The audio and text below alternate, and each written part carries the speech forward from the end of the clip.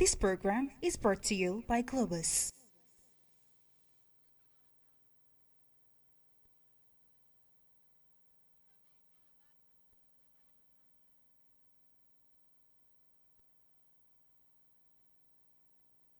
This program is brought to you by Globus.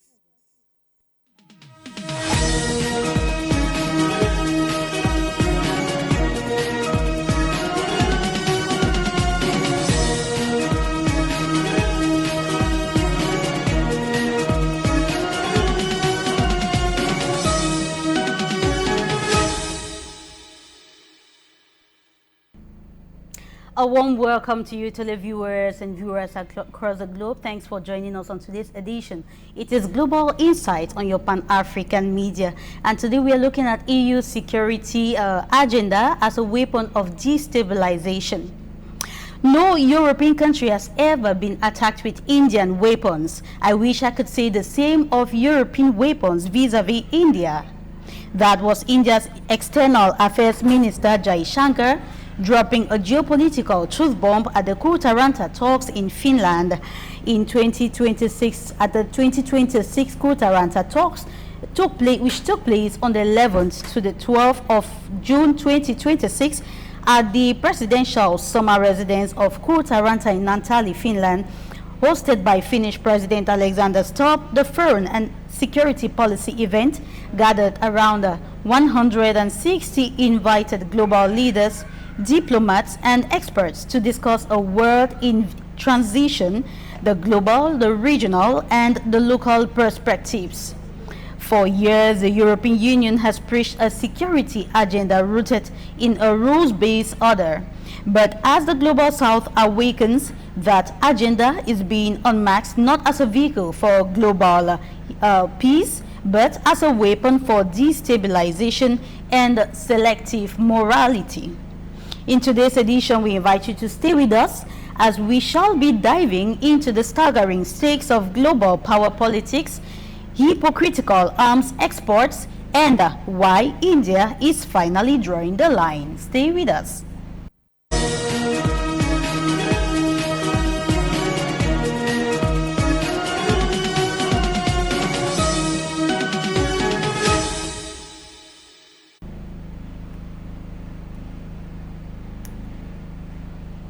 Welcome once again on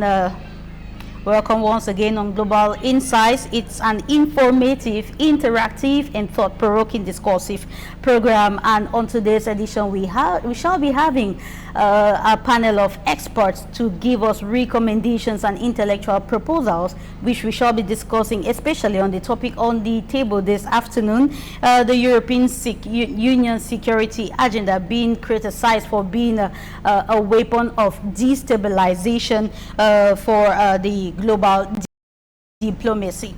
So in the course of this program, which is a 2 hours interactive and discursive program, we have a panel of experts, and I shall be taking them in a round. The first round, as it is a tradition on this our geopolitical platform, the first round is to take the view and the holistic opinion of each guest on the topic of the day. I shall be starting with you, Professor Maurice Okoli. Professor Maurice Okoli, you are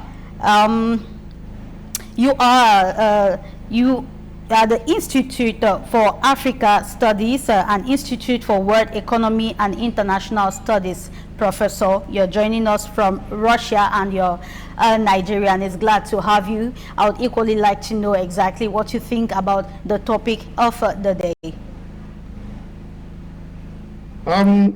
Thank you for inviting me to this program. First of all, let me say that the topic today is very important and is needed. It's a good topic, especially at the point in time where the world seems to be at the crossroad. You know, at the point where there is tectonic change in the world today, where there is a lot of crisis, where there are problems, you know. Looking at the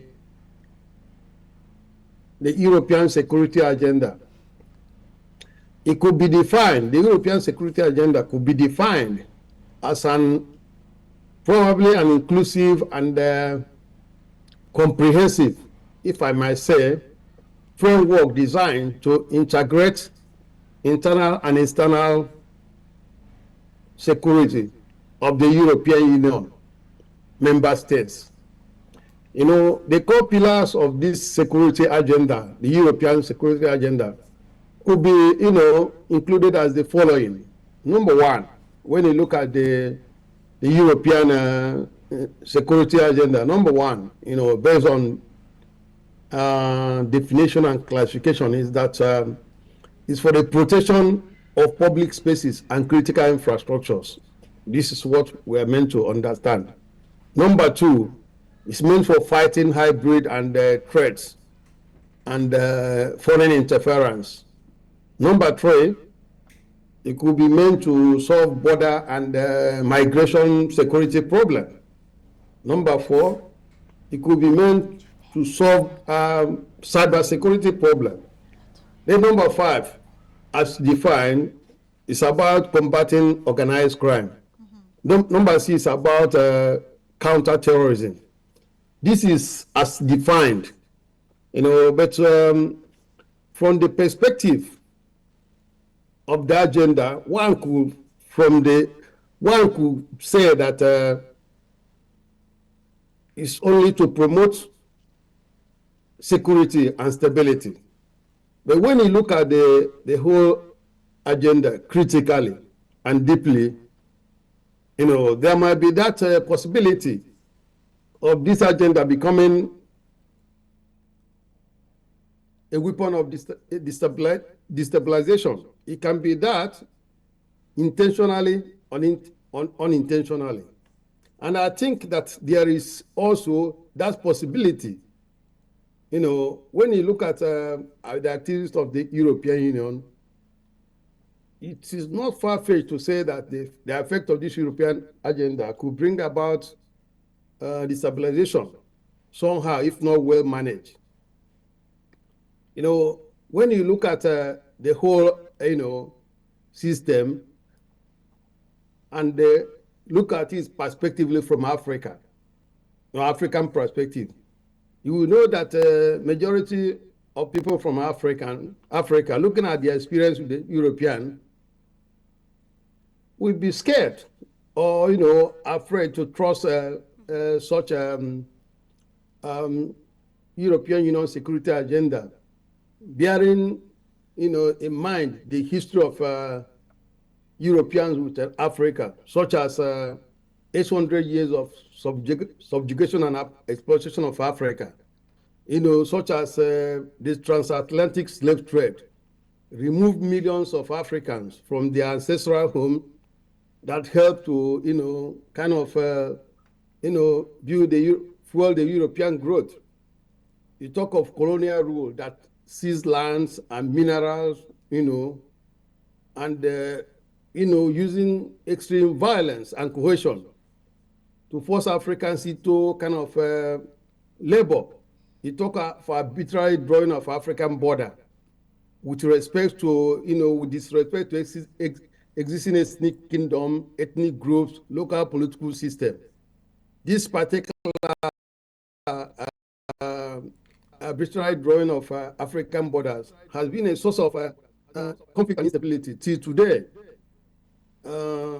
I give you an example. Something like a country like Rwanda. There are two ethnic groups there, Hutu and Tutsi. But you find Tutsi in Rwanda, you find Tutsi in DRC, you find Tutsi in Uganda. The conflict between Congo and Rwanda is that those Tutsi in DRC are not being taken care of. This is almost all African. Like, for example, you find Nigeria, you find people who are from Niger, some part are in Nigeria, some part are in Niger. If the same Nigeria, you find some people who are in Benin Republic, the same ethnic group, you find some of them who are also in Nigeria. So these are the problems that, experience of Africans with, the Europeans. Like many colonies, experience also severe brutality. A kind of including torture, punitive labor system, it is not only historical, but it's also continued even after the independence. So when there is a kind of division of this European Union security agenda, Africans view it first of all with suspicion. They look at it as a two-edged instrument that can go either way. Example, look at the experience of the Sahel, the country from the Sahel state. Mali, Burkina Faso, and Niger. These are countries that has been exploited for a long time.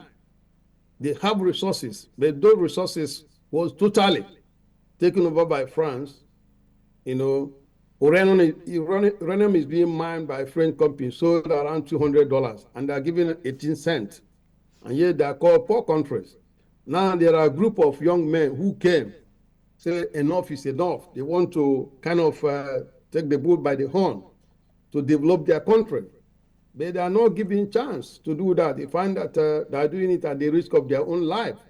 There are so many attempts, to destabilize those countries. Why can't you give them, when the country is not doing well, you don't, you allow them to continue, that way. But when they come, and maybe some leaders come, they want to help you, you're not happy.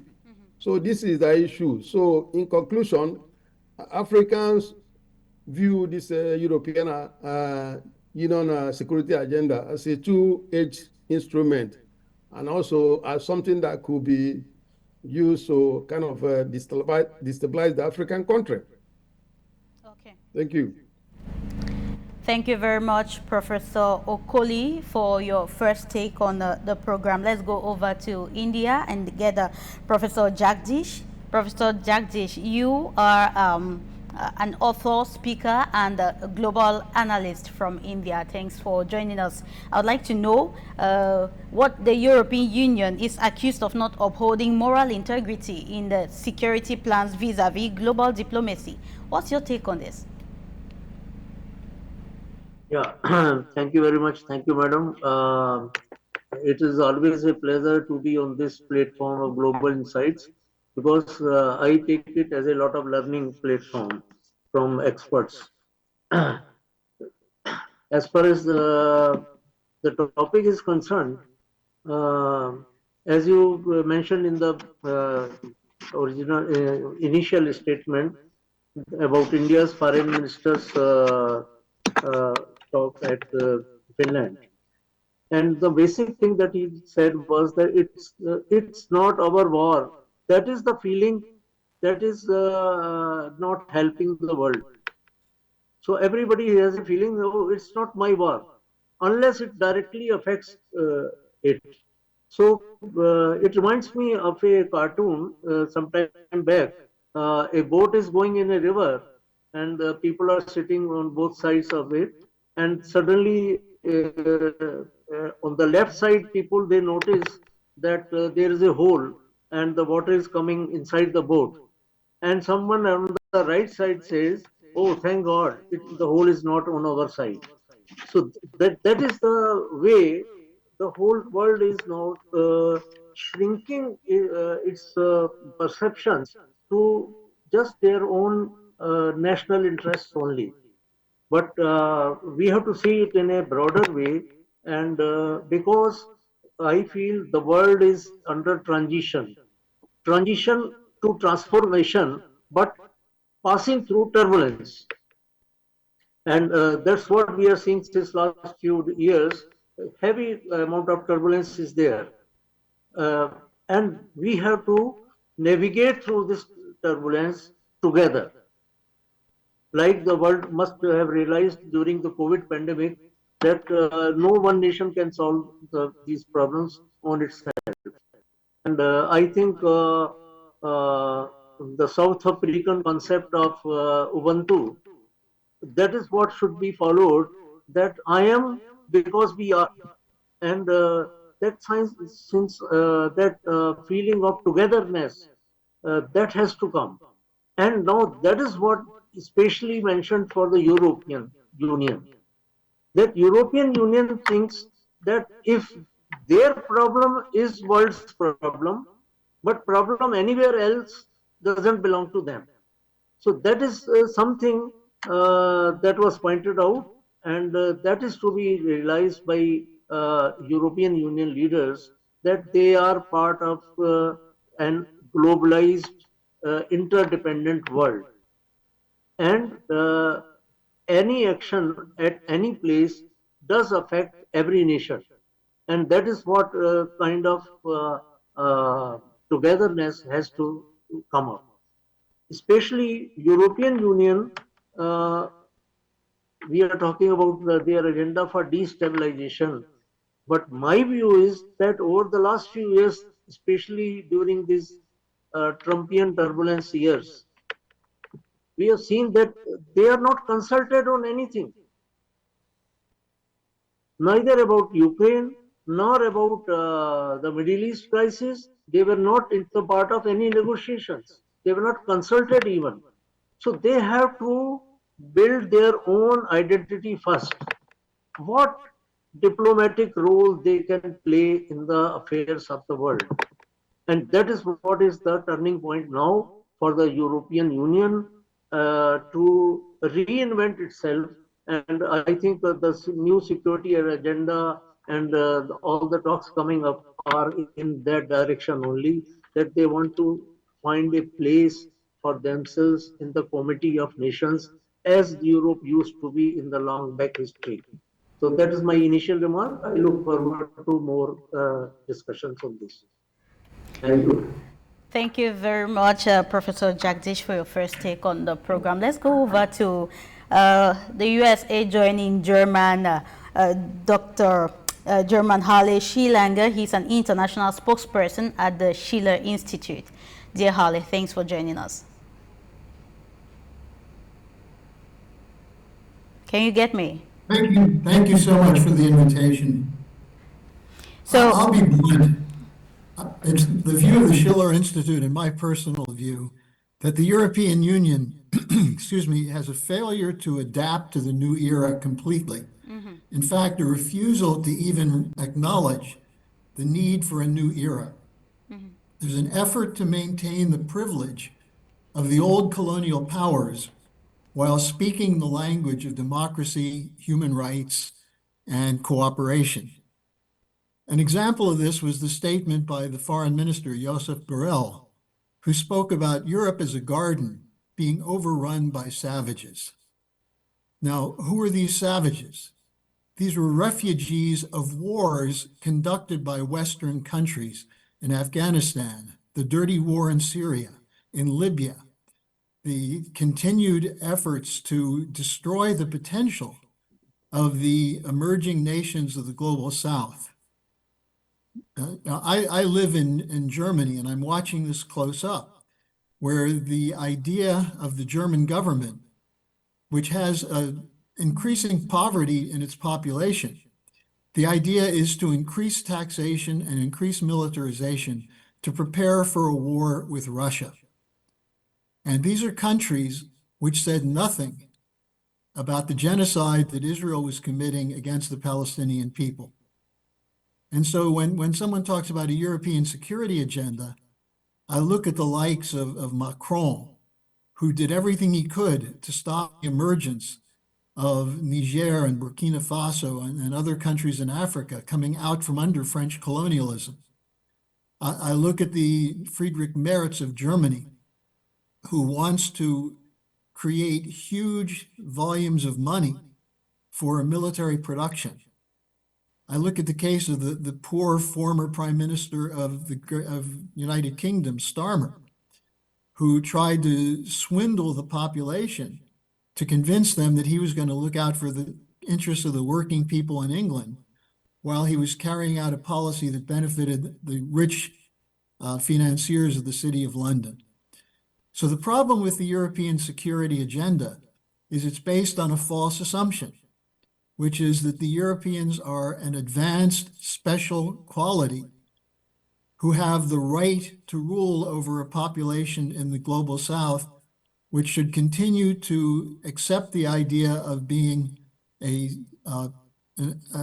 to have their resources extracted from them, their cheap labor taken from them, and treated in the form of an old colonialism with new cover. So that, in a nutshell, is the problem. And unless the Europeans change their thinking on this, they're going to be committing themselves to more wars, to more destabilizations, and at some point, these wars could very well become wars that will eliminate the survival of the human race. So it's a time for a wake up in Europe.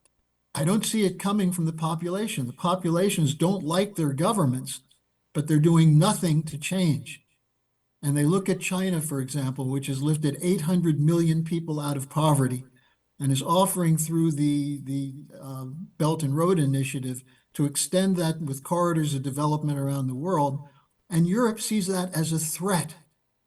And the United States, President Trump says this is an attack on America. The fact that other nations are asserting their sovereignty is an attack on America. That's the kind of delusion that we have to deal with when we talk about these security agendas. Thank you. Thanks for your take on this. Thanks for your take on this, dear Holly. And it's indeed what we are going to be looking at today, analyzing the selfishness of the EU security agenda, like some term it, of being very egoistic or even morally ambiguous. So we will continue. I'll go over to Austria and join Dr. Dieter Reinisch. He's a historian and a journalist. Dr. Dieter, thanks for joining us on today's edition.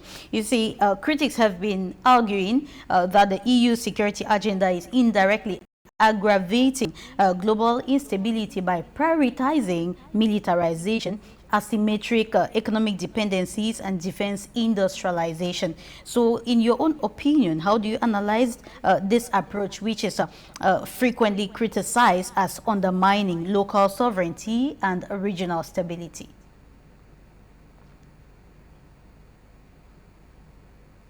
You'd like to turn on your mic, please. Sorry.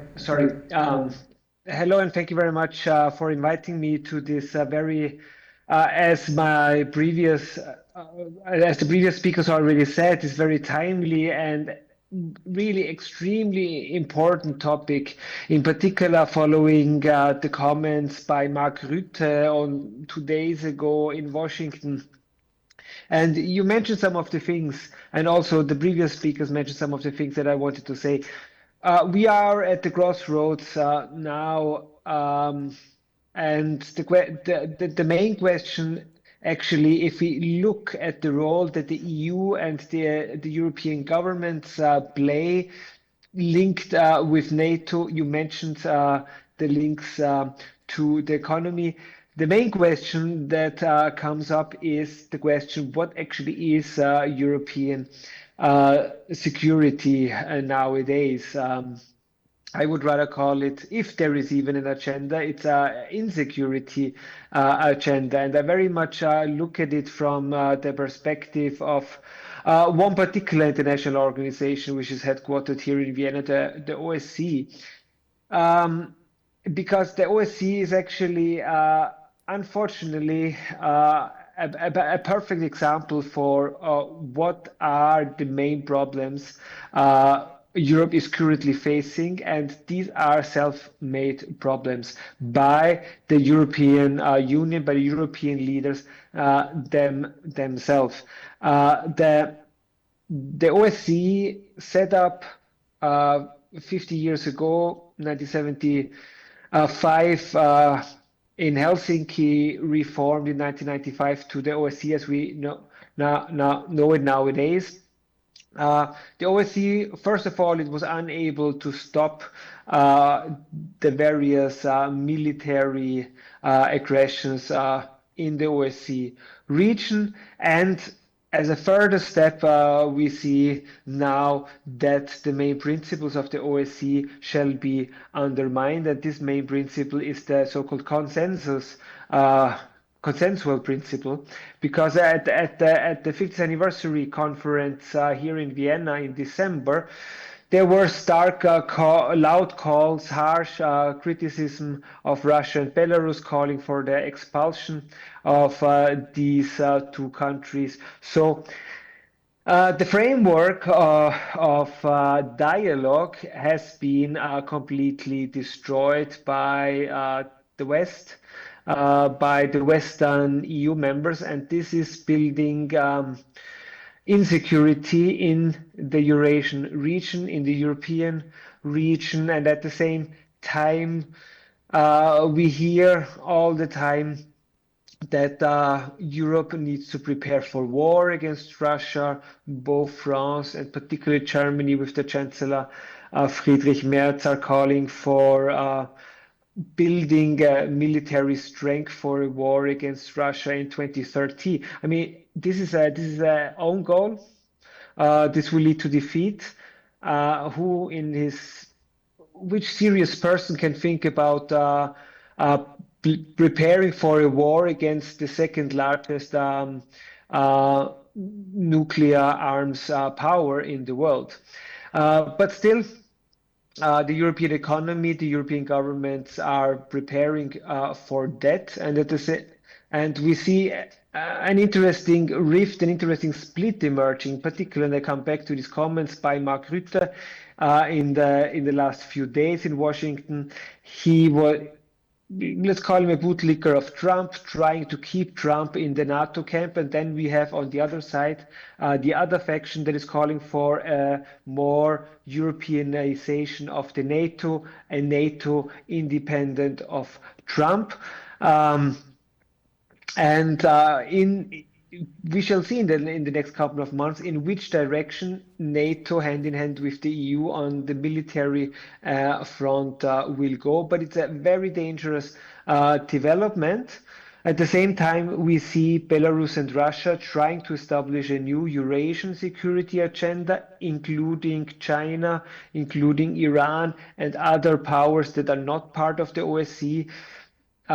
With hosting their annual conferences, the Eurasian Security Conference in Minsk every October, November.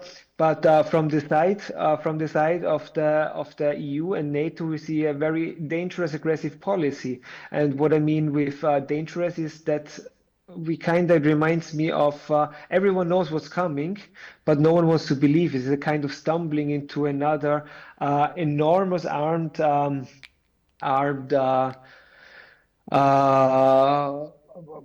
aggression and confrontation. A previous speaker said it's a danger for humanity. I agree. This is a massive danger, and no one in the West wants to stop it, or actually seems able to stop it. And we can hope that some kind of reason returns to some of the European leaders, because as the previous speaker said, the population unfortunately doesn't seem to be willing to stop that.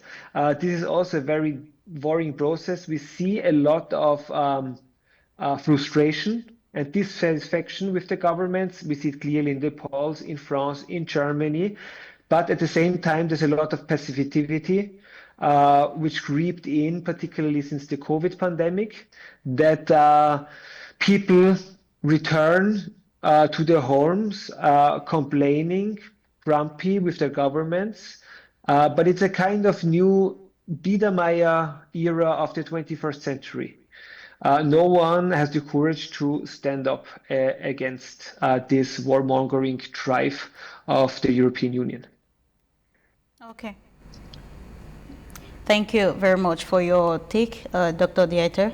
I would be joining equally from India, dear Sharma Saurabh. You're an international relations expert, assistant professor of political sciences. Thanks for joining us on today's program. Would you mind telling us what you think about this topic of the EU's destabilization technique with the use of their weapon security agenda? Good evening, and thank you for having me. It's my pleasure to be part of this panel with these esteemed panelists. First of all, let me congratulate you for choosing the topic. You have, in the title, you have chosen the term EU and not Europe or not West. because the West is as fragmented as ever. And if you do not believe this, you can ask Mark Carney, you can ask Mette Frederiksen, what Europe, what West is. It is also not about Europe. You are particularly focused on EU, and not that EU is not fragmented, but it is working as a more cohesive unit vis-a-vis EU and Europe. Now, I think before we ask whether the European Union's security agenda has become a weapon of destabilization or what repercussions it is going to have, we first need to ask and think over the most fundamental question is, and what do we actually mean by security? And throughout history, we get the answer that security has rarely been a neutral concept. It is a very multifaceted phenomena. It has different connotations, and it has often been invoked to justify military interventions, to shape political alliances, secure access to strategic routes, resources, and to influence developments across and beyond one's border. Every major power, let's not put the blame on EU only, every major power, whether the Europeans, Americans, Russian, Chinese, or some say even Indian, they frame their external engagements in terms of security. So the real issue is not whether Europe has legitimate security concerns, interest or not. Of course it does. The more important question is whether this security whose security is being prioritized, whose security is Europe, asking for, who gets to define the terms, the threats, and whether the policy designed to enhance security for one actor ends up creating insecurity for another. What you began with the speech of Dr. Jaishankar in the initial remarks, and what Jaishankar was alluding to, that for years and for decades, other Europeans and particularly the West as a group was giving this moral sermons to India that you should not be doing this, that, and you should be part of. If you do nuclear test, you do come under our umbrella of sanctions and threats. And at the same time, the same powers were arming the adversary power who was actively and very openly taking part in what they called Islamic Jihad. So he was just laying bare the Western hypocrisy, the hypocrisy that West has, and when it comes to choosing, acting, and what it does on the paper. I remember what Yogi Berra says once, that everything is same in theory and practice, but in practice it is different. So in practice, West has always uh, participated or engaged in a manner which uh, reeks of hypocrisy, and that hypocrisy is being led bare by the voices that are coming up. So I think it is within this context that we have to examine Europe's engagement in Africa, and in particular in the global South in general, and what are the challenges that this reign, or this security agenda have for the global South. Thank you. Thank you very much. Thank you, gentlemen, for your first take on this subject of discussion. And we are really going to be analyzing, like, trying to get into the in-depth of how the European Union is in implanting its security techniques, its security strategies. Sharma talked of the strategy being hypocritical. I would like us to try to understand how hypocritical this Western security technique is. As I'll take Professor Maurice Okoli, and I would like to understand why Europe is heavily criticizing India's continuous purchase of Russian energy. She is in turn continuing to export defense technology to Russia, to regions affecting or attacking Indian security equally. Can we say that this is revealing some fundamental Western hypocrisy, Professor Okoli? Yeah, thank you for the question. Mm-hmm. It is very important, when you look at what is happening in the world today. For example, as defined, look at as defined, what's the meaning of European security agenda. We looked at it and gave definition to it. But when you probe further, you find out that there is a room for suspicion. You know, when you look at European security agenda, you find that sanctions and expansion is part of this European security agenda. And as we have seen, sanctions and the expansion could really be a source of destabilizing agenda in terms of European security agenda. Let me look at it from historical point of view, because this sanction and expansion policy, which is part of European security agenda, is very important. You know, after the Second World War, all of us come to understand or come to know that I think that there is also that possibility, you know, of European Union security agenda having destabilizing effect. When you critically look at it, as I said, examining that particular sanction and expansion policy, you find that there is that inherent possibility of destabilization of other countries. For example, after the Second World War, the world was divided into two camps. One camp could easily call Eastern European camp or Communist camp, headed by Warsaw Pact. You know, the other one was a capitalist camp or Western camp, headed by NATO. The world was actually divided into two, and there was a kind of balance of power. At early 80s, emerged on the stage a Soviet president called Mikhail Gorbachev, who appeared on the stage. He appeared on the stage with a program called Glasnost and Perestroika. And this Glasnost and Perestroika led to the collapse of Warsaw Pact, and eventually led to the collapse of Soviet Union. As this system collapsed, what did the European Union did? They expanded. Not only did they collect all the whole countries that fall within the Warsaw Pact, the eastern part, they also, after the collapse of Soviet Union, continued expanding. Out of the Soviet Union came 15 countries. That is Russia, you can say Russia, Belarus, Moldova, Armenia, Azerbaijan, Turkmenistan, Kyrgyzstan, Kazakhstan, Turkmenistan, Latvia, Lithuania, Estonia, and Georgia. These are the 15 countries that emerged from Soviet Union after the collapse of the Soviet Union. Out of that 15 union, the expansion of European Union has dragged immediately 3 of them, that is Lithuania, Latvia, and Estonia, into the European fold. It's not only that, it continued the expansion, and that expansion is bringing a kind of stabilizing effect in this newly liberated country. You talk of Moldavia. Moldavia is now under serious tension. There is a struggle to bring them into European Union.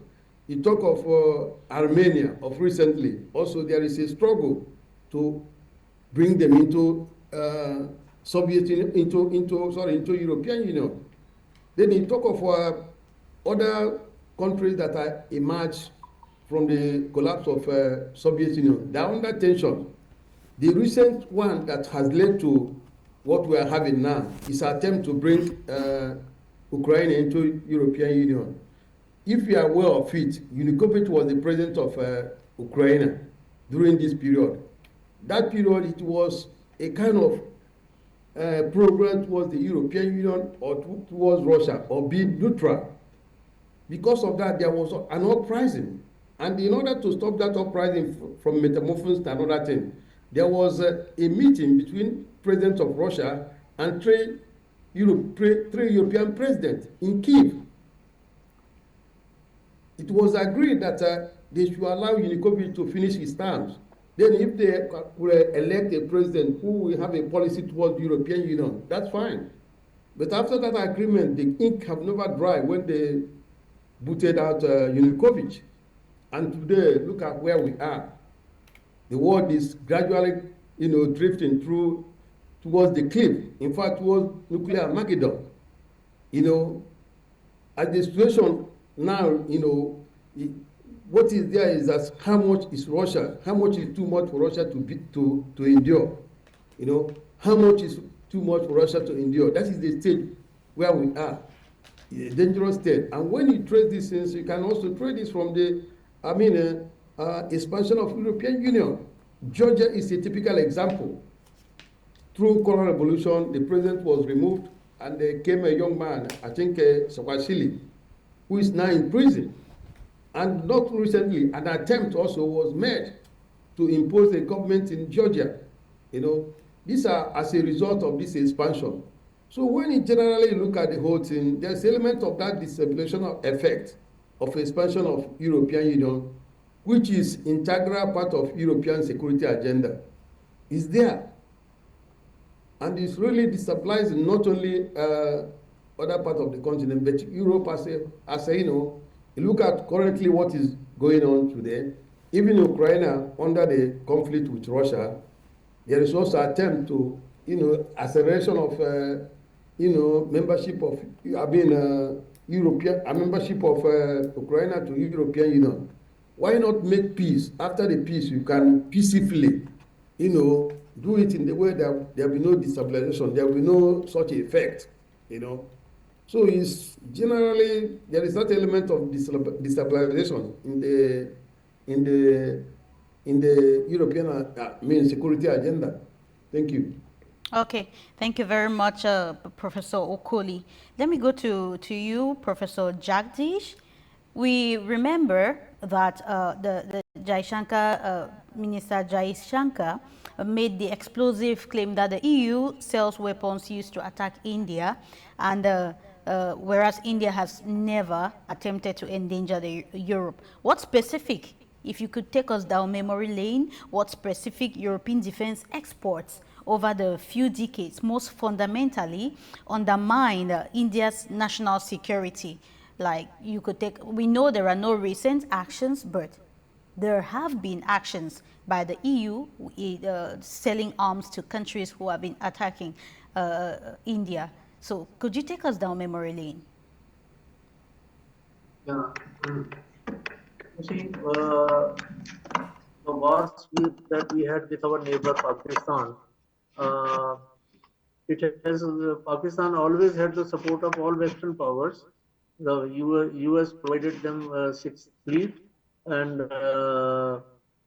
the European they supplied arms, and later on, whenever India has tried to raise its nuclear potential, that has also been opposed with sanctions and imposition of tariffs, etc. So you see, we have been fighting all this, but still progressing. And now the thing has come that the geopolitical landscape in the last 2-3 years has changed a lot.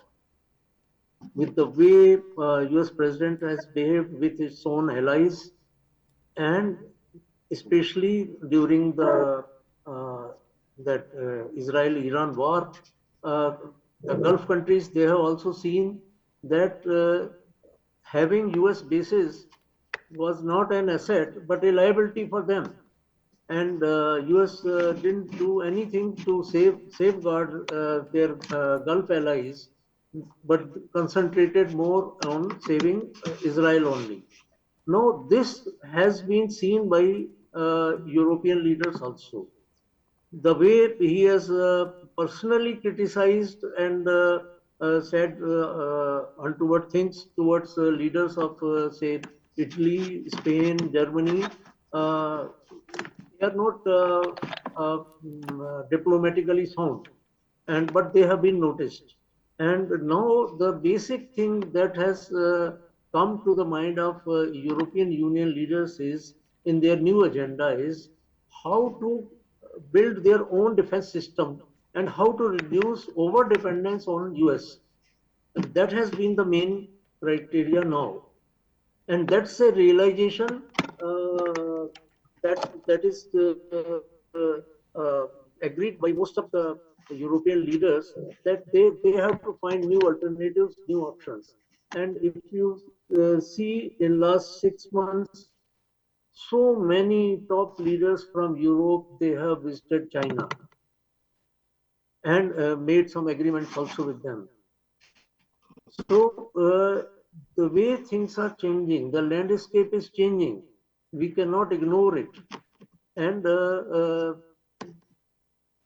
now one thing I would like to say, especially to Europe, is that you have to first stabilize yourself.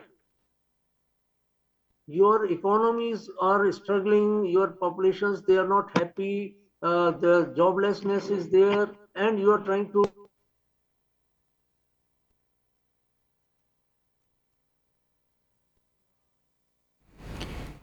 Dr. Jagdish, we seem to be losing you with poor network. It's hitching. Can you get us? Okay, it seems to be gone. Let me go to Dr. Yeah. Sorry, I lost the contact with you. So what I was saying is that Europe first has to unite in themselves.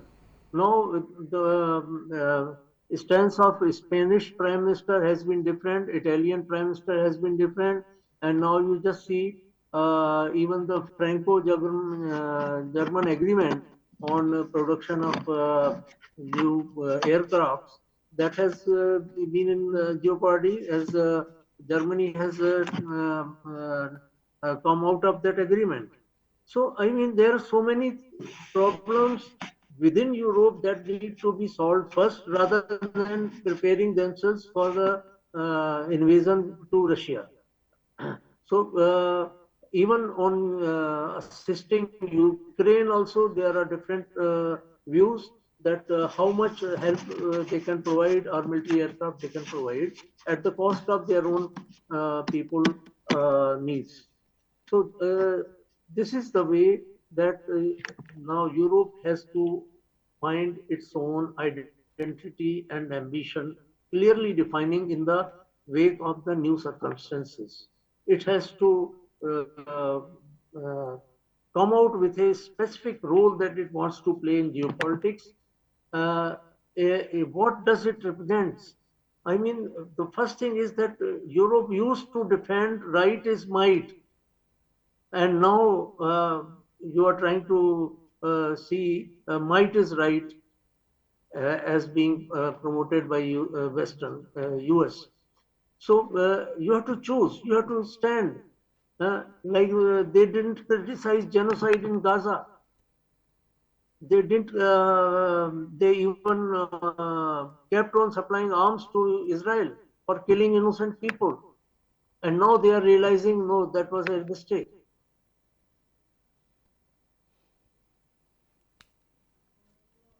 All right, okay, we'll be coming back to you, Professor Jagdish. Dear Holly, please can you tell us, after we spoke earlier of the EU security strategy aggravating global instability by prioritizing economic dependency, could you tell us how asymmetric economic dependency is reflected in the multidimensional Russian-Ukraine hybrid war and also in this multipolar world?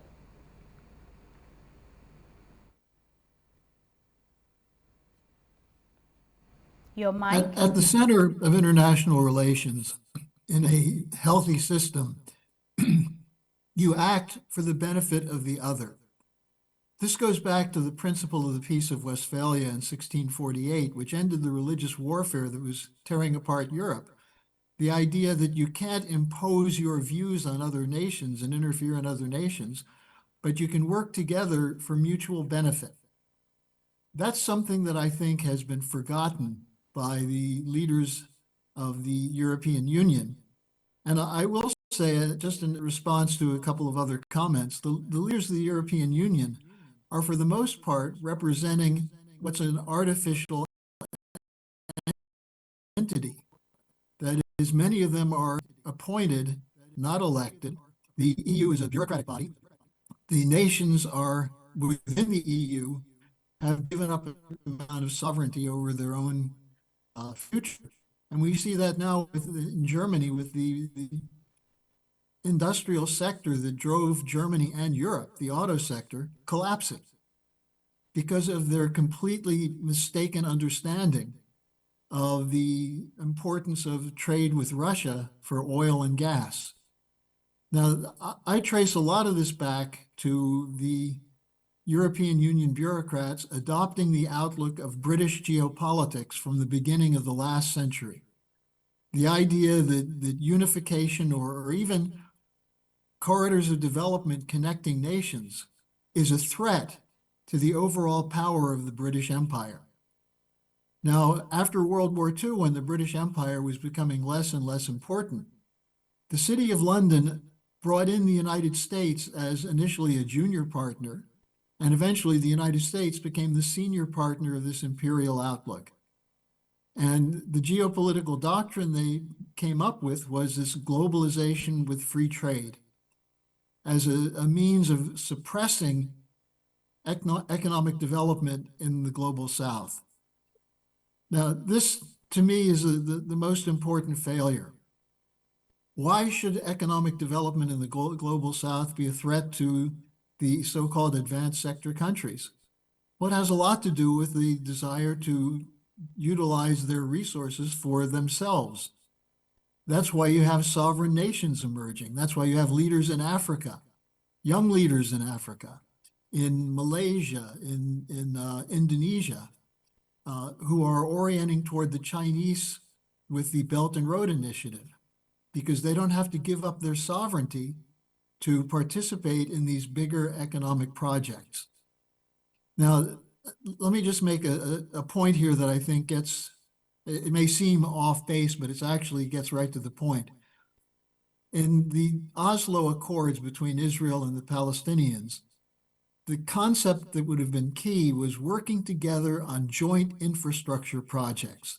This was in the economic annexes of the Oslo Agreement. It was never allowed to happen because the World Bank refused to release the funds for it.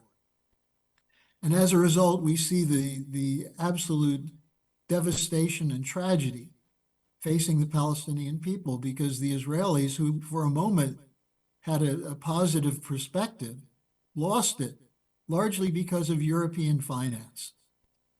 The idea that you don't work with another country because you fear them is an idea of the old imperial traditions.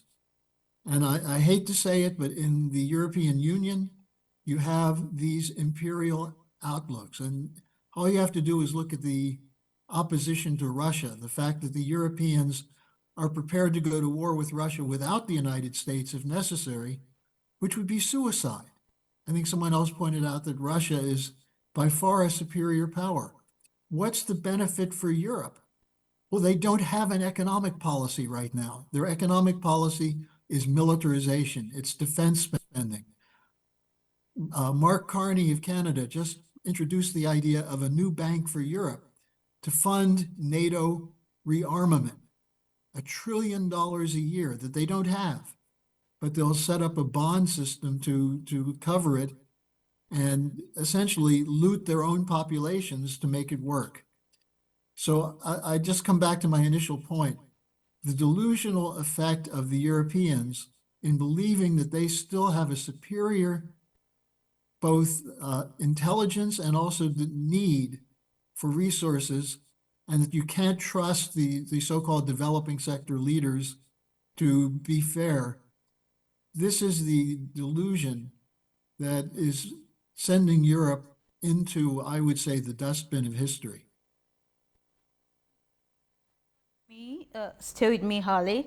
You know, the EU's external security and their trade strategies are often prioritizing European access to critical raw materials and resources. And that's why critics are contending that this economic agenda exploits developing nations and disrupts local economies, thus fostering socioeconomic and socioeconomic instability in these resource-rich regions. Well, I don't think the Europeans really think about that. I think they're still so focused right now on their own debt problems, their own fear of Russia. Do you think the European leaders actually believe that Putin intends to march through Germany and march through France and Austria? If you listen to the discussions at NATO, it sounds like that they do believe that. And that's why we're on a very short fuse to possible thermonuclear war. Okay. All right. Thank you for your take on that. Let me go over to Dr. Dieter. Dr. Dieter.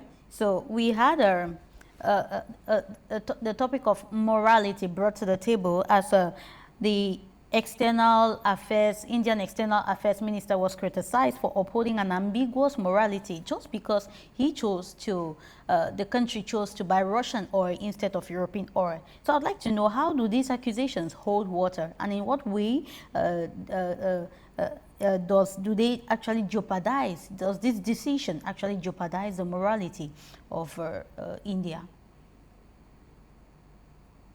I mean, talking about morality on an international context nowadays is I mean, we look at the situation in particular. What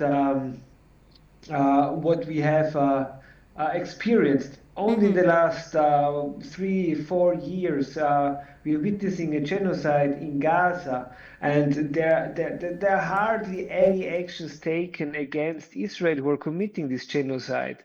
They are trying to sabotage the negotiations between US and Iran by their continuous atrocities in Lebanon. There is an existing cooperation agreement between the EU and Israel, which is not being even re-evaluated by Brussels.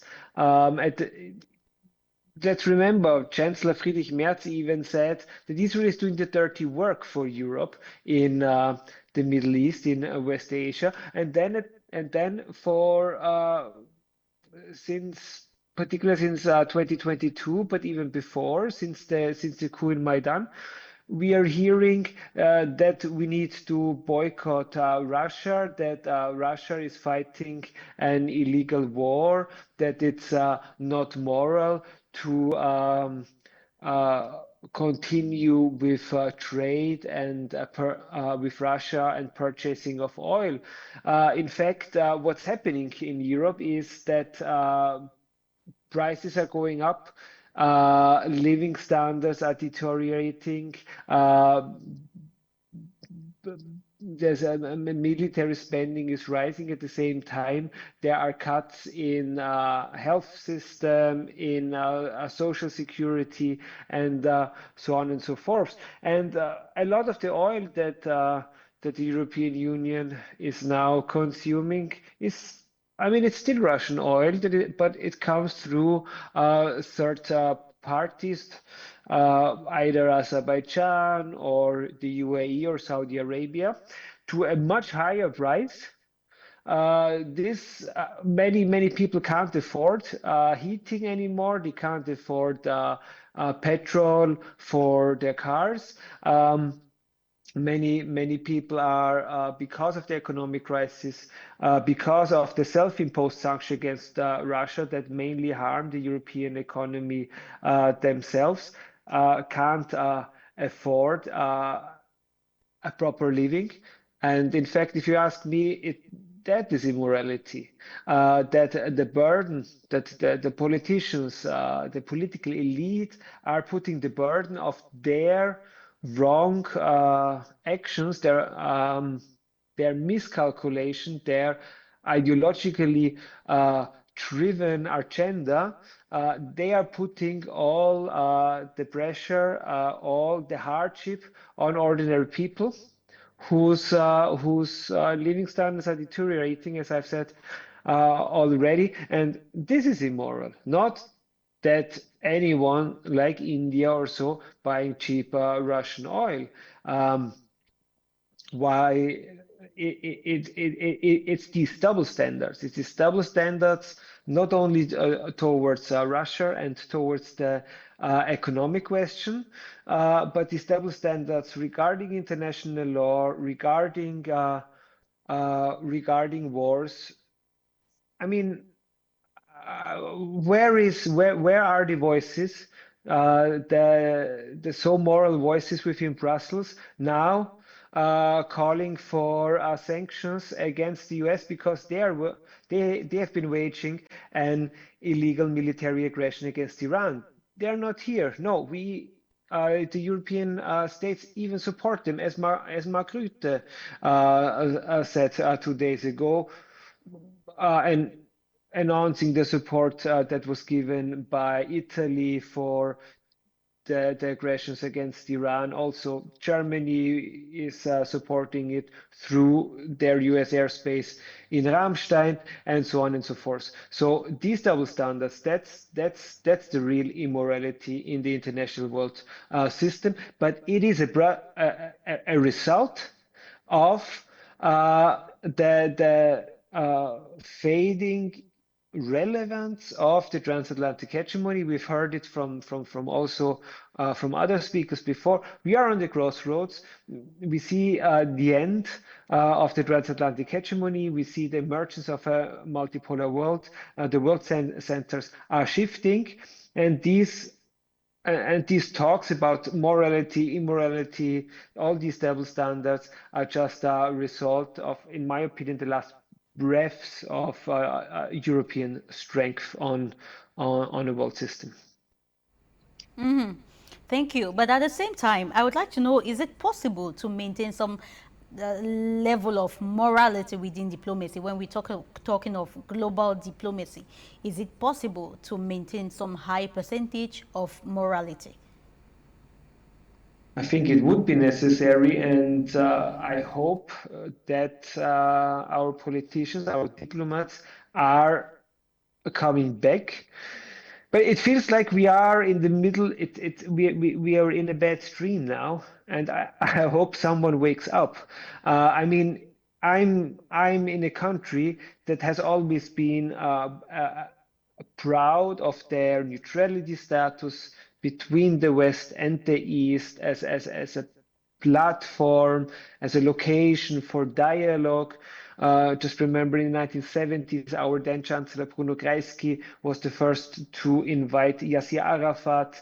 A lot of negotiations between the United States and Soviet Union during the Cold War were held here. And also not too long ago, about 10 years ago, a bit more than 10 years ago, the JCPOA, the so-called Viennese nuclear agreement with Iran has been negotiated here. And now the foreign policy of Austria has completely changed.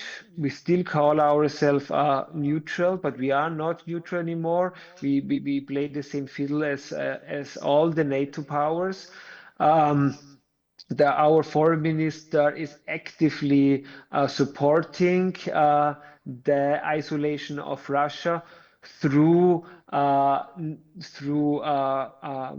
stopping the Russian diplomats to receive visa to work at international organizations here in Vienna.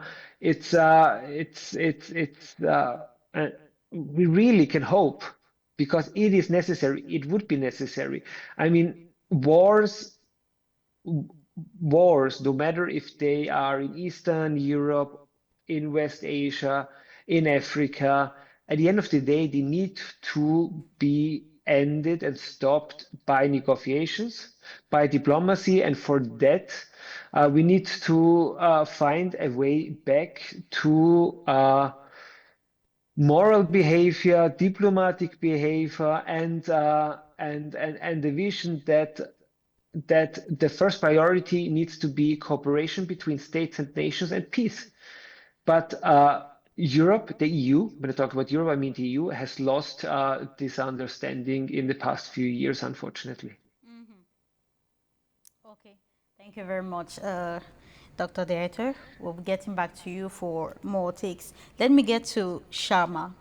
Now, we've been looking at all these feuds and misunderstandings and lack of confidence coming up on the platform. So how does India balance its strategic autonomy while maintaining economic and diplomatic ties with an EU that is routinely questioning its foreign policy choices, Mr. Sharma? Well, before I come to this question, let me just answer one question you were asking before to Mr. Dieter. That can we have a purely moral international order? And I cannot help but remember one story when Gandhi went to meet the king during the second roundtable conference in London, and the king asked Gandhi that, Mr. Gandhi, what do you think of Western civilization? And Gandhi says that would be a good idea. So I think the answer for your question about a purely moral world order would also be a good idea, but the real politics does not allow it to happen. Now, coming to how India navigates its path in this, what Mark Carney in his famous speech at Davos called, it is not mere disruption, but a rupture. And that rupture is not only in the transatlantic, association, but also across the world. You see new associations being formed, and you cannot make sense of, it becomes very difficult for even a fanatic uh, international relations expert to analyze what's going around and who is helping whom, who is on which side. You cannot make sense of the world right now. So in that sense, countries like India and what Mr. Dieter was saying, that even Austria has been seen largely as a neutral power, and but they have been forced to make and choose sides. So it's obviously a very difficult choice. But the problem is that Europe or the West in general have to get over this idea that it is the world of 1900s or the 1950s. They have to come to terms with the reality of the time. It may not have changed for the Africa. Some of the questions that remain relevant in 1950s, 60s for Africa, they remain relevant even today. Some of the questions that about poverty, about corruption, about instability, that remains true about for some parts of the world even today. But it is certainly not the world of 1950s and 1940s. So there are no kings, and they should not, and they should get over this idea that we are going to command and we are going to give, and everyone is going to assemble to take our sermons. Because you see the strength of, when we talk about India, we sometimes tend to forget that India is almost twice the size of Europe in terms of population. So no, we are 1.5 billion people, and you cannot let the 1.5 billion people dictate them the terms and conditions and how they should engage with the other powers. The other thing is that every nation also gets, and there's no harm in saying that, including India, that they also uh, shape their foreign policy through their own national lens, their own national character, their own national requirements. India having a very strong population, which is still under below poverty line, and they do not have that deeper pockets that they can sustain the brunt of rising oil prices that maybe possibly Europeans can for some time. So that forces India to navigate, and the Indian companies to navigate the territories which offers cheaper energy resources. And that helps, and that is why India would prefer to buy Russian oil or maybe oil from Africa. There's a big possibility coming up in the Rovuma gas field in the Mozambique Channel. So every country gets decide these things based on their own requirements and based on their own conditions, and therefore you cannot ask people to, and you cannot dictate that you should not buy Russian oil, you should not buy that oil. Because had India been not buying Russian oil, you can only imagine the situation that would have happened, that would have you would have seen, because the oil prices would have shot up to $200 per barrel, possibly, because India is one of the biggest market, one of the biggest economy, and if India does not get oil from its traditional sources, where is it going to take oil from? The other part which I was trying to, which I want to engage in, is that one reason of all these questions on Europe is also because of the inconsistency that Europe has. For a very long time, Europe has reduced itself to be a vassal state of United States of America, USA, and much of the things that USA will command, Europe will do. So sometimes you forget the difference between Europe and USA. What USA says is what EU is doing. That sentiment, and more so with coming in this Trumpian era, that the emboldened presidency of USA is trying to exploit uh, that architecture that has been taking shape for over 50 years. I cannot think of any European leader who could do what in 1960s and 70s the French leadership could do, and ask the Americans to return their gold. And no, we do not want to be part of this dollar and gold exchange rate. And bring they would send the ships to America and load our gold, and we'll get our gold. I do not think that there is any European leader today who can do the same, and who can speak eye to eye to Trump and say, no, this is where we draw a line, and we are different. We have different identity, and we have different requirements. We have different policies. You see, one instance, if I have to give you, in April 2022, just 2 months after the Russia-Ukraine war started, EU has one of the oldest, common security policy mechanisms, collective force in Mali, and they take it back. Why? Not because the Malian situation was improving, or it had improved, but because there was involvement of Wagner Group from Russia, and the Malian troops were having them on their side too, and the Europeans had problems that how can you have this Wagner Group, a private militia and mercenary, to fight for you? So it was never about fighting for a cause. Sometimes it becomes fighting for your own priorities, and if you are going to decide African priorities, Africans are not going to like, and no one would like. So that is why all three countries, and you see what is happening in the Sahelian states, and all three countries where European Union has contributed a lot, has spent a lot. But remember, only 1% of of European spending has been on preventive measures, the measures that are going to prevent conflicts from happening. Only 1% of billions and billions of euros that has been spent has been on the measures that are going to prevent the crisis in Africa. So all these things have led to this discomfort, and this problem with EU's imagination of the world and of the global South. And there are countries like India, there are countries like if you count China also, they are taking that up, and because of their size and scale, they are much more bold than other countries.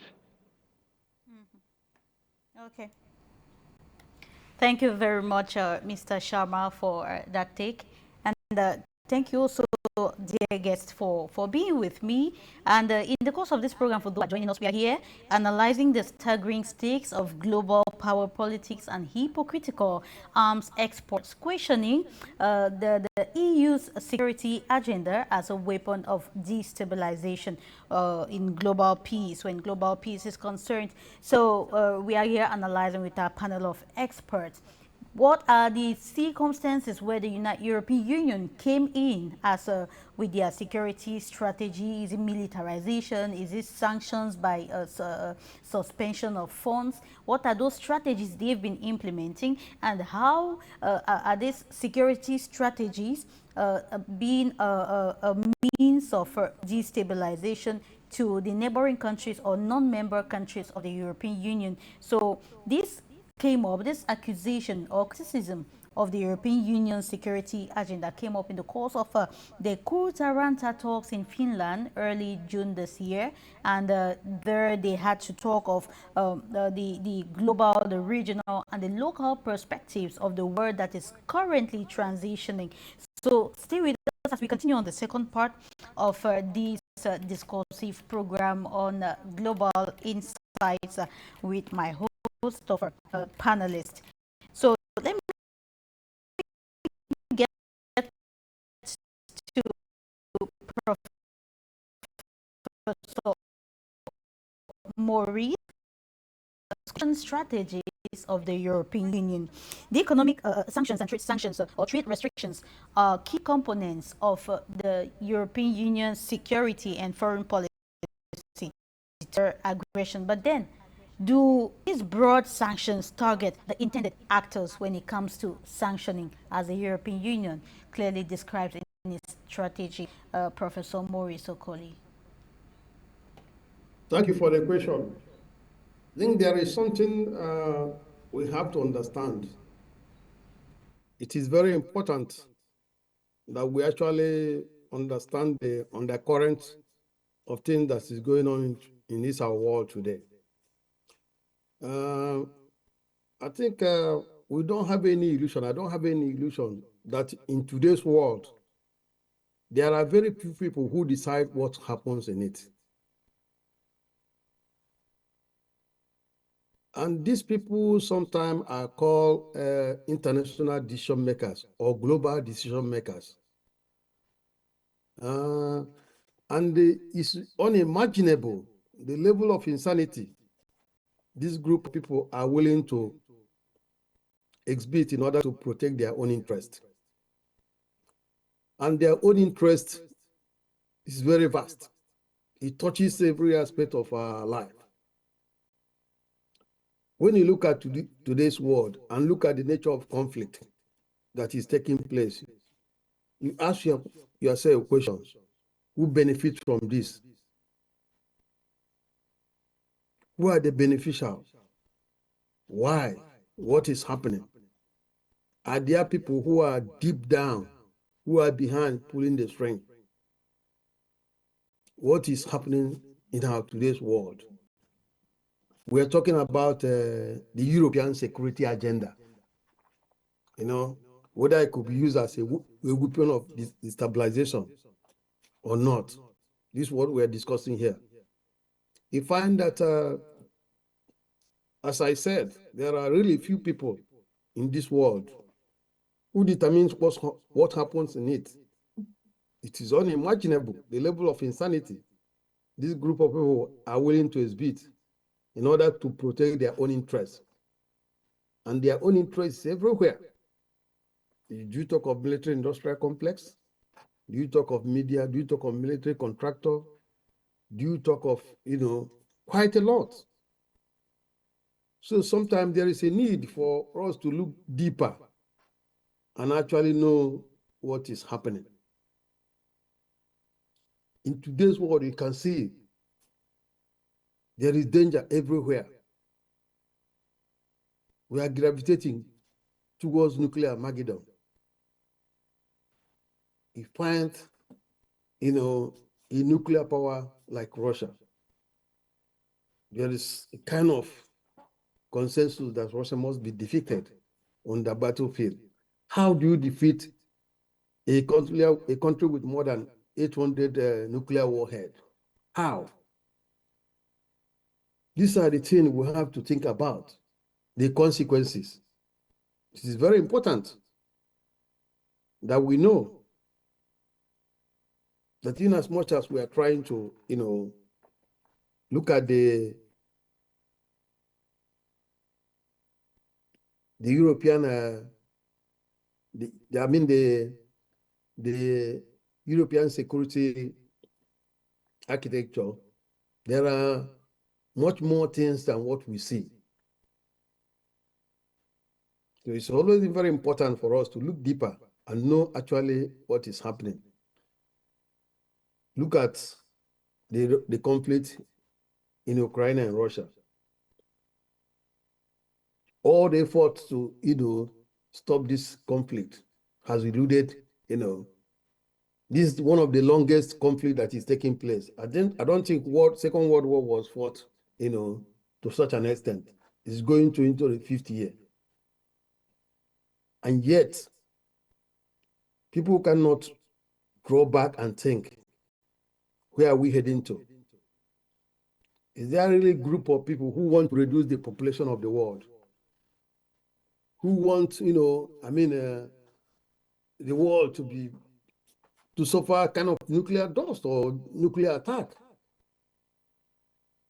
It's something we've got to think deeply and know how we have to stop the impending doom that is about to befall on humanity.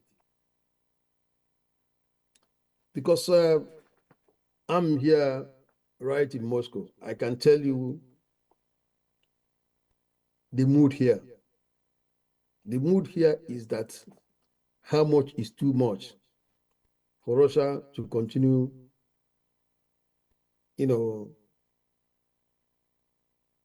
treating this conflict in that Mr. Nice Guy way.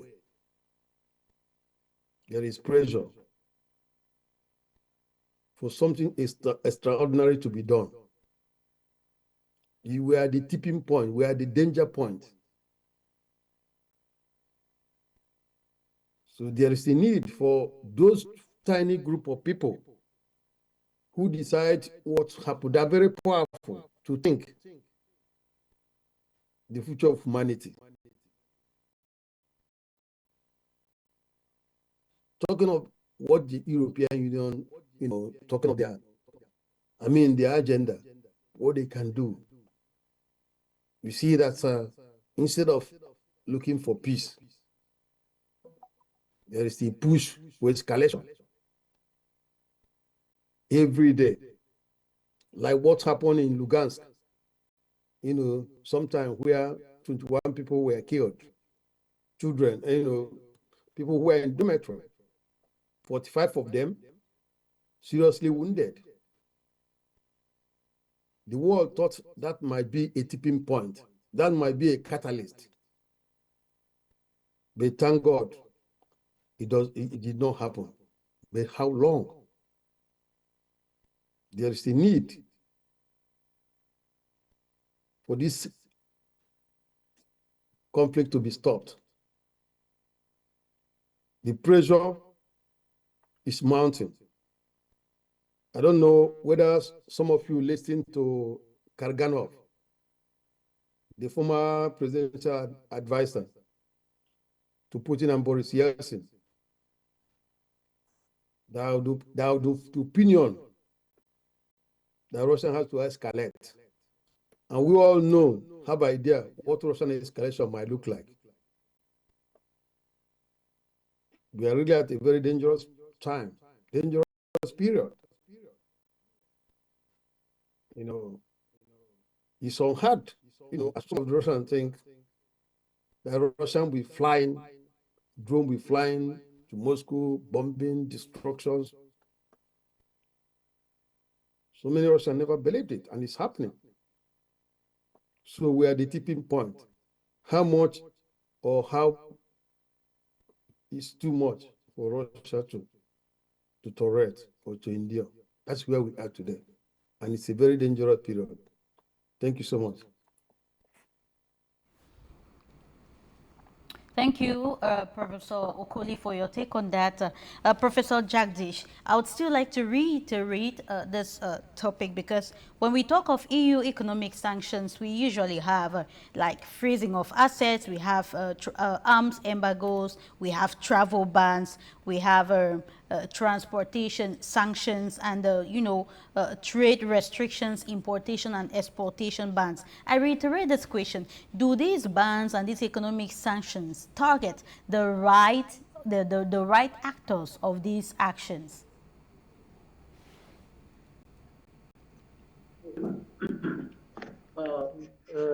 First, I would like to add to what my compatriot Professor Saurabh had said about morality in politics today. I would like to present India's point on this issue. That India has a policy that what we call as Vasudhaiva Kutumbakam. That means the whole world is one family, and we have proved it several times in all crisis period that we do uh, help nations uh, with right kind of medicines in the vaccines we provided during COVID. We produced millions of vaccines and supplied to more than 100 countries. Then every time there is a flood or a storm or earthquake in any part of the world, India is sending humanitarian aid. So we are still preserving some part of the morality that should be there in international relations. Now about your question, you see, things have always been selective in international politics, especially when West is concerned. So they pronounce something which appears to be good, but is applied only selectively. They are always talking about democracy, but most of their allies are monarchs and sheikhs. They are always talking about human rights, but see the position that they have in their own land about human rights.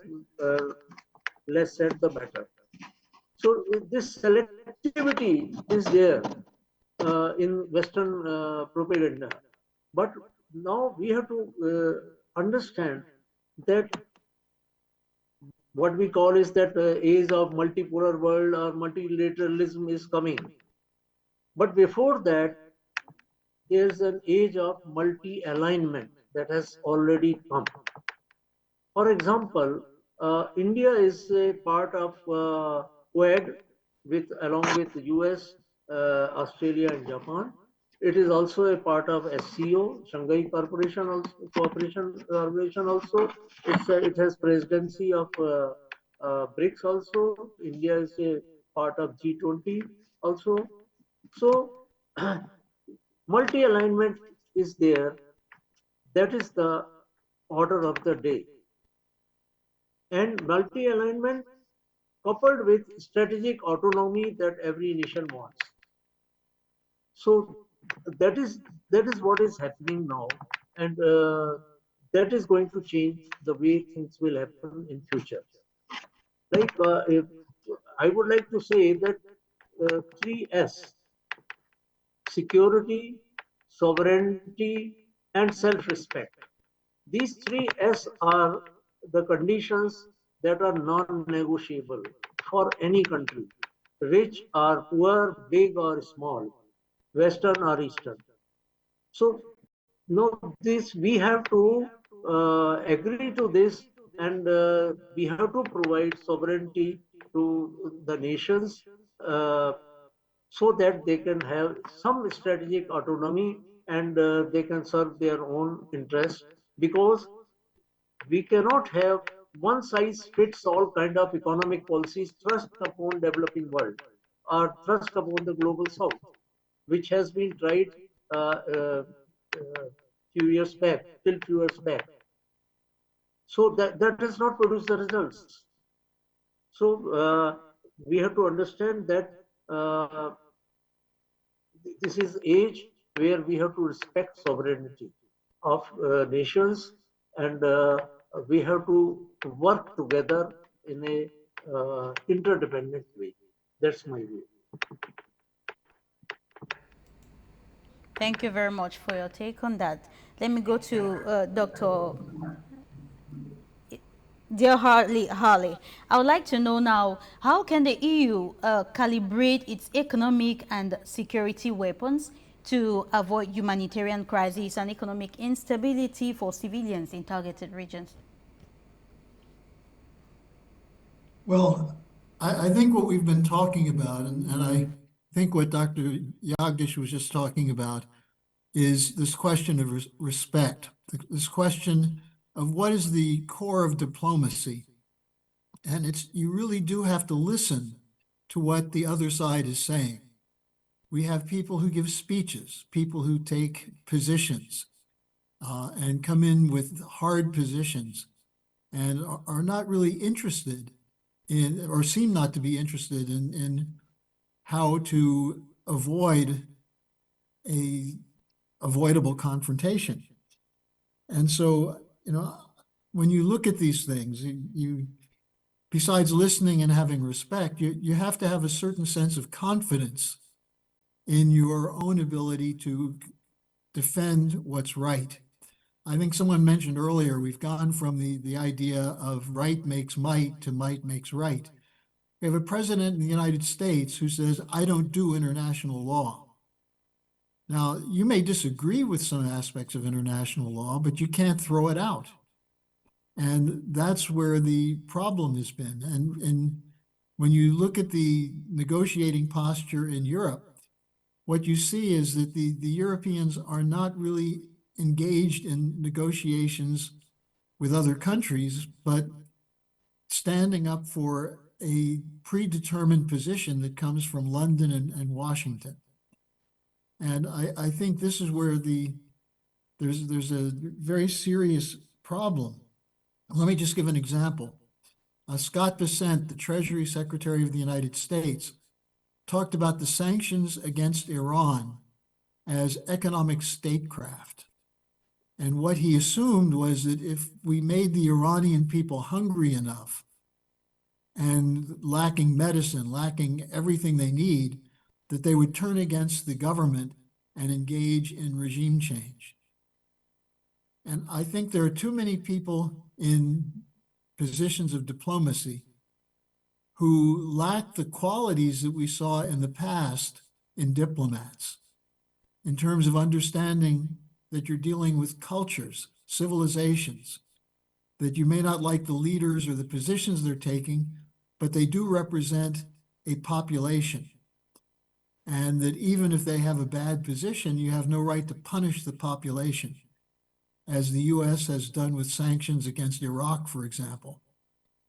So I think, I don't remember who brought it up, but this question of respect is so important. Respect for other countries, other cultures, differences.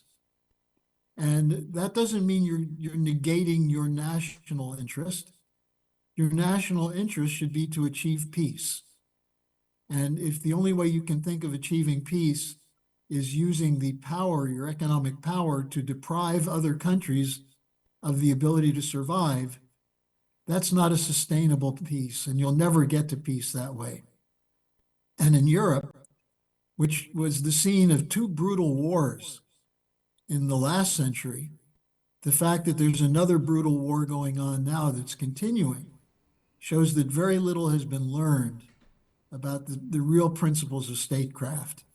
And let me leave it at that, because I think many of the comments that people have made today have been extremely important and very useful.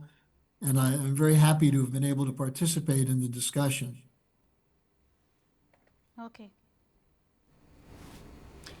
Thank you, dear Harley, for your take. We still continue in various slides, trying to know your opinion, Dr. Dieter. In order to foster stability in dispute-hit regions, the EU frequently integrates security cooperation, diplomatic governance, and rule of law conditionality into its financial and developmental aids. But then, some analysts say it is its abrupt suspension of funding could destabilize fragile states and lead to power vacuum. Do you share this opinion? Well, this is exactly what the European Union is trying to do. If you look at, for instance, the example of Hungary, where they have withheld billions and billions and billions of EU funding just because former Prime Minister Viktor Orban did not support the aggressive anti-Russian policy towards the Ukraine, because Viktor Orban was vetoing further taxpayers' money to be sent to Ukraine, further military spending to prolong the war in Ukraine. And so what the European Union did was withholding the money that is in the EU budget assigned for Ukraine, assigned for Hungary, withholding from Hungary. And this resulted in economic hardship, no doubt. It had an impact on the Hungarian economy. There was a lot of other factors involved that resulted in the electoral defeat then of Orban a couple of weeks ago. And this is particularly a warning shot for smaller economies, smaller EU members like Slovenia, like Slovakia, both EU member states also trying to establish a more independent foreign policy in their national interest. Slovenia in particular in regards to the genocide in Palestine, Robert Fico in Slovakia in relation to the support for Ukraine because the Slovak economy very much depends on cheap oil and gas from Russia. But Robert Fico has to maintain an act, a balancing act. On the one hand, defending the national interest of Slovakia by maintaining friendly relations to Russia and also to Belarus, and at the same time not pressing too hard against the elite in Brussels, the bureaucracy in Brussels, because he sees that there is the threat hanging over him that he could experience a similar fate as Viktor Orban. And then one shall not forget, Slovakia is a small economy. It's a weak economy compared to other EU member states. They are, to a certain extent, very much depending on the financial contributions from Brussels. And the same developments we see also in other states which are not EU member states, in particular in the Balkans, Moldova, but also Serbia, Bosnia. So a number of countries who have this candidate status for membership of the European Union. And here it's also very much the question of support, financial contributions to these countries very much depends on a pro-Western, anti-Russian, to a certain extent, growing anti-Chinese policy to keep this financial support going. It's similar behavior that we know from the United States, and it has an impact. It makes an impact. It had an impact, in particular, in the elections in Moldova, the situation in Transnistria, in Romania, as well. In Bulgaria, there's the EU failed to a certain extent with trying to change the polls with financial contributions. They succeeded, as I said, in other parts, both within the EU as well as outside of the EU, and this is a new form of neo-imperialism by by the EU, but at the same time, it cannot sustain for too long. I guess if we look at the weak economy and the shrinking financial power that the European Union has. But they will continue with that. They will try to increase that in the next few years, but in the long run, I don't see that this policy will eventually be successful because, as I said, the European economic power and with that the financial power is rapidly shrinking. Okay, Dr. Dieter, thank you very much. Let me take on you, Sharma. Continuing on talking on the weak economies like Dr. Dieter was actually citing, when the EU enforces democratic or human rights conditionality on vulnerable developing nations, does it really possess the crisis management infrastructure to prevent state collapse in the wake of those demands? First, let me get back to what Professor Hartley was saying, and he was absolutely right when he was pointing out at the, we do not have to completely do away with the existing order. You don't throw the baby with the bathwater. There are some problems in the global order, but you cannot think of any order, any global arrangement without any bereft of any social order. So this complete realignment and the rupture that we are witnessing, it is going to have pernicious repercussions. There is no doubt about it. And now coming to how do you manage this crisis and how do you get away? How do you navigate a path from this tumultuous situations?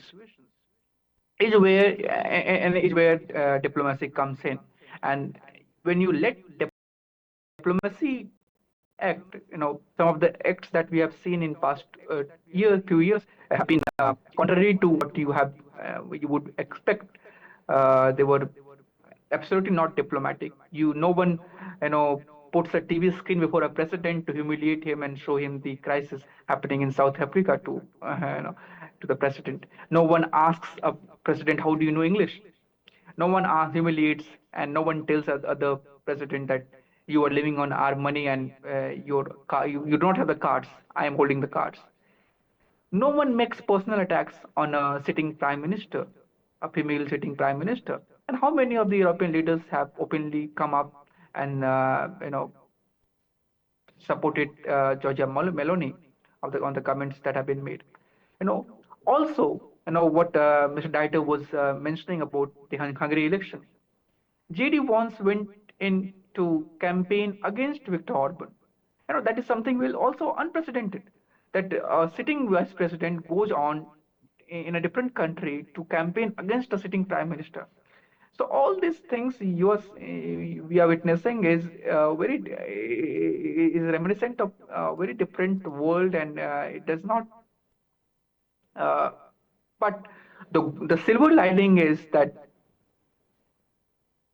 Trump will not be president after 2028. The world will still be there. They'll still be world. They will be still there. So there are different. We should look at this era, these problems. Maybe you may have Russia-Ukraine war also conflict also got solved. Maybe you do see some headwinds uh, in the Iran and Israel American crisis. So you will have some of the problems and new problems will come up. It is only through dialogue and discussion and what Professor Khatri was saying, that self-respect is the key. Regardless of the country's size and scale, you cannot humiliate, you cannot, make them look small. So this is something which is very important, and all the stability piece is going to come through dialogue, discussion, when all the countries would come together and believe in that there is mutual coexistence and follow what is often quoted but seldom followed, rules-based global order. The world order has to be rules-based. So I'll end with that, and it has been quite a delight to be part of this panel, I must say. Thank you. Just stay with me a while, dear Sharma. Just stay with me a while. So, how are the major powers in the global south, such as India and the United Arab Emirates, pushing back against the EU-centric geopolitical narratives? Sorry, come again. I'm asking how the major powers in the global south, I'm talking of India, the United Arab Emirates, pushing back against the EU-centric geopolitical narratives at the moment, at this time. Well, you just opened up with what Jaishankar was saying. That's how we are doing it. We do not we are not restricting ourselves to any one block, any one grouping. We are having a trade agreement FTA with EU, but that does not stop us from doing that with UAE. That does not stop us from buying oil from Russia. That does not stop us from engaging with Iran. So all these things can be what Professor Khatri was saying, that this is an era of multi-alignment, and by aligning yourself with different countries, following the rules of the global order, and still taking care of your own national interests, is how, be it UAE and be it India or any other country, will charter their own path, because there is no other way. For any sovereign country, they have to be in command of their foreign policy, and that foreign policy has to be decided in their own capital. That should not be demanded, that should not be dictated from Brussels or from Washington. So New Delhi decides what New Delhi has to do. Abu Dhabi decides what UAE has to do, and they will decide what they are going to do. So this is the only path, and multi-alignment is the only answer in this globalized world.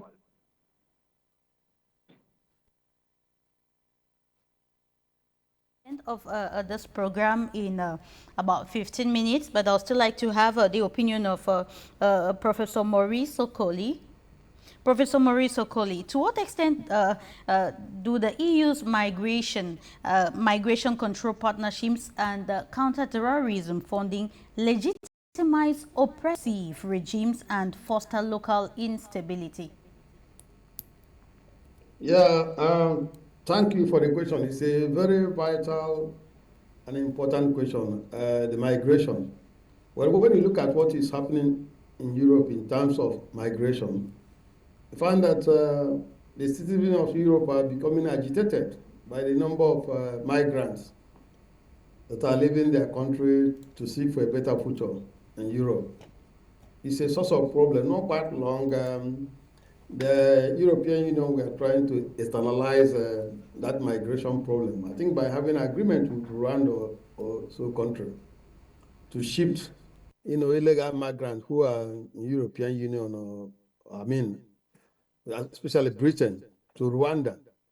And of late, you understand there was a vote in European Parliament, where they voted, I think, overwhelming majority that all the whole illegal immigrants in Africa should be deported.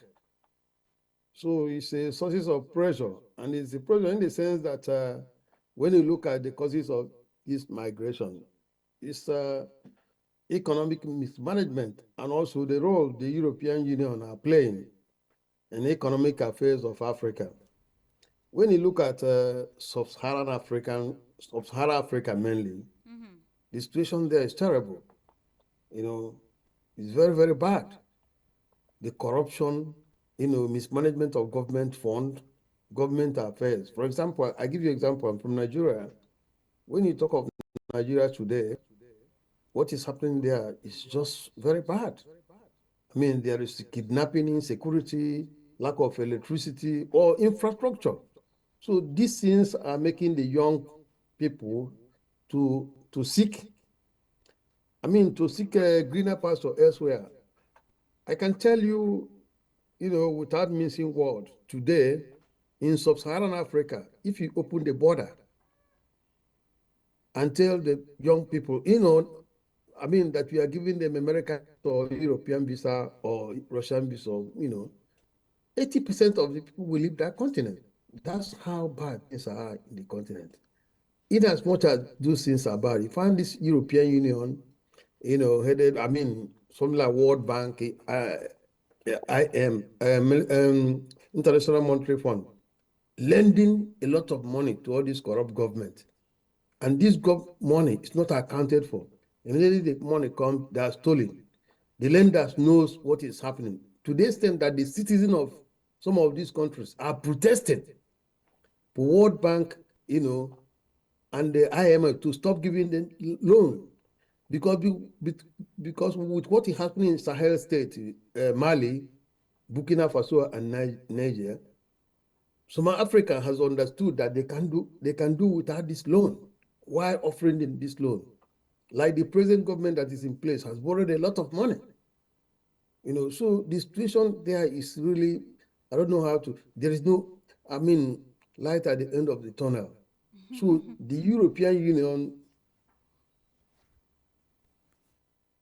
with their security agenda, should know that the situation of Africa, the situation especially in sub-Saharan Africa, is in a terrible shape. If some measures are not taken, the migration that are seen now will be a child play. Because when there is a implosion in a country like Nigeria with 250 million, where would they go? It is as far as people, you see a human being who want to go through Sahara Desert to cross Atlantic Ocean in you understand, with the attendance risk. That's how bad it is. Okay. So the European Union should be mindful of the activities, especially in lending this money to all this corrupt government. And also, if they could get involved, they should get involved to positively impact, the government of some of these African countries. And when you look at it, all this money that are stealing, where does it end? It ends up in Europe, something like Switzerland. You see them billions of dollars. You see them in UK, Germany. When the money comes in such a huge sum, it's not questioned. But when an ordinary person wants to transfer $1,000, you see them trying to, they even help them to send this money offshore. They know that the money coming is corrupt. In most of the culture, if you steal money and give it to somebody to keep, that person who is keeping that money is a thief. You who is stealing it is a thief. But these corrupt African leaders will steal this money and send it to all this bank in Europe where they, for safekeeping. It doesn't mean that this European government does not know that this money are corrupt money. These are money that are meant to build hospital, road, and the infrastructure for the development of the economy. It ends up in European banks. Okay. In Switzerland, they call it secrecy of banking. What kind of secrecy of banking? Okay. When you know that people are dying in Africa, no pipe-borne water. You know where the money is coming from. It's not that there is a secret there. Why encouraging such measures that rob the citizens of their meager, what ordinary could have helped the ordinary people to, okay, at least yeah, a living. yeah. So you find that it's really painful and shocking that a country like Africa, so rich in natural resources, mineral resources, but human being living in that place cannot afford three basic things without which life becomes torment, such as food, clothing, and shelter. 80% of Africans sub-Saharan Africa cannot afford it. Yet they are sitting on a vast distance. As I can tell you, the Chinese has joined the bandwagon. The Chinese are biggest looter now of African minerals. They corrupt the system. In fact, what the Chinese companies are doing in Africa, if they do it in China, they will face firing squad. But they do it and get away. When they get away, they are protected. So it's really, Africa is in a dire situation. It's a problem, very big problem. All right, thank you, Mr. Okoli. We are having barely 7 minutes to go, so I'd like to take the last opinion from other guests equally. So if we can try to be brief so as we stay within the time of the program. Professor Jagdish, so could you give us the way forward with everything that has been discussed, with the whole multipolar dynamics, is it fair to say that the EU security agenda is contributing to a divided world where smaller nations are forced to choose sides, or are the accusations false? Just give us briefly your own recommendations on that.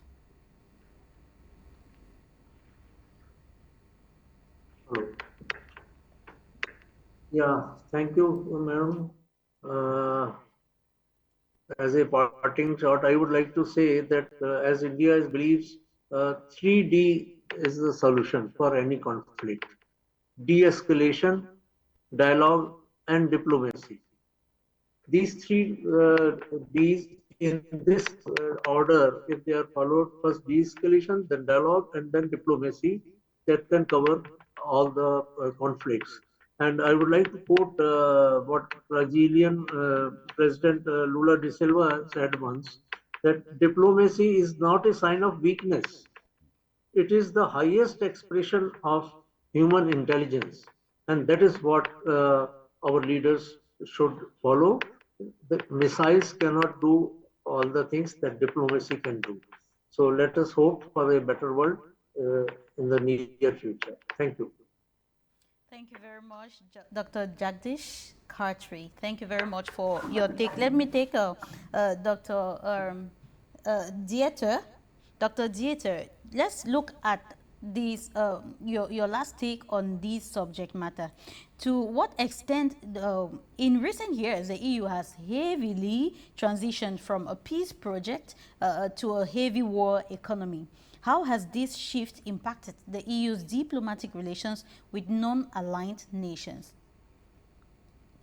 Well, it has severely impacted um, the relationship because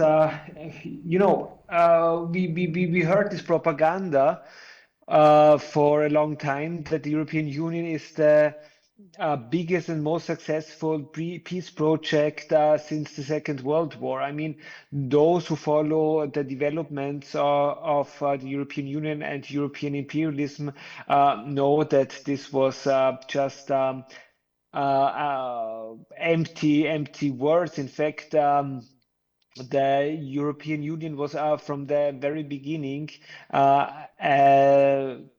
a project to strengthening European imperialism, and with it, in particular, German imperialism, as Germany as the main political and economic power within the European Union. And hand in hand with the European Union, Germany tried to re-establish itself as a main player on the world stage, which was a position that has been broken because of two defeats in world wars in the 20th century. It goes hand in hand with the German attempts to secure a permanent seat in the European Security Council, and but for an imperialist power to be also not only politically and economically relevant, but to gain the necessary strength, you need to be a military power. The European Union has shifted from that. He stepped into the place of former classical French imperialism in Africa, and so on. But in a nutshell, what is the consequence of this? What is the consequence of the relationship with the global south, with non-aligned powers? We have seen it with the vote for a non-permanent seat in the UN Security Council, where Germany was defeated. It was a huge blow for the German attempts to become one of the major powers in the world. And in fact, we need to also understand it that this was a message from non-aligned powers, from the global south towards the EU, that they don't consider the EU as an objective, as a reliable, as a neutral partner. Thank you very much, Dr. Dieter Reinisch. And I'll take the last word from Harley Schlanger. Harley Schlanger, could you give us the way forward, the recommendations that you have? Okay, I think Dr. Harley had already left us. So let me take the last word from Sharma. Could you give us your last recommendations and the way forward with the state of security as concerns the European Union? I feel that European Union, I'll not discount the role of European Union. It still has a lot of potential, and it is one of the biggest economy. Much of the startup, our technology still emanate from European Union countries. So will not discount the scope and role of European Union, and I'll also not uh, put blame on European Union for their security. Uh, apparatus and that they seek security. Every state has the right. The problem is that, as I begin, that those security considerations policies have too often been shaped by their own identities, their own reflections, and particularly like much of their African program has been because of the migration crisis and the migration management. The counter-terrorism operations is because it when it starts hurting their own economy, then only they think of acting on terrorism and geopolitical competition. So where those those priorities have not aligned with African needs or the needs of the global South, uh, such as we do still not have a very strong institutional mechanisms in many parts of the global South. Employment is still a big concern. Governance, local ownership of, and the local agency in the entrepreneurship and everything, and the security apparatus. So all these have raised a question mark on the European Union's interventions and European Union's security apparatus. The way forward is to have a way engage EU and take help of EU and EU expertise and use long history of being part of these mechanisms in emboldening the system, giving the agency to the local actors, making them a better player, and respecting their sovereignty, respecting their their national character, accepting the acceptance is the key. That you have to accept that we are no more the colonial powers. This is a power where every country, a country as small as Samoa, a country as big as China, they have to be on the same table. They have to be, talk to each other and face each other with utmost respect. So that has to be accepted. Once that acceptance comes, I think we do not have to discard EU or we do not have to discard Africa. The world is big enough to accommodate both EU, Africa, and India, and China, and every other country. So that is the only way going forward. And what Professor Khatri invoked, that the philosophy of Ubuntu, that I am because we are. So that philosophy has to be invoked. That the idea of Vasudhaiva Kutumbakam has to be inculcated, and this is how we'll move forward for a world which is truly rules based and not what we are witnessing now. I thank you very Thank much. you. Thank you very much, dear Sharma. Thank you very much for your last take, and to all the panel. Thank you very much. I will take your concluding statement. As you said, the world is big enough to accommodate each and every country, and we can live in peace if we consider dialogue and diplomacy, like Professor Jagdish equally mentioned, and respect each other's sovereignty. And ladies and gentlemen, it is on this note that we are going to pull in our curtains on today's edition of Global Insights. It was a pleasure to have you tuned on. Rendezvous on our next edition. Bye-bye. Thank you, madam. Thank you. Thank It's you. been a wonderful time. Thank you, everyone. Thank you This very much. program was brought to you by Globus.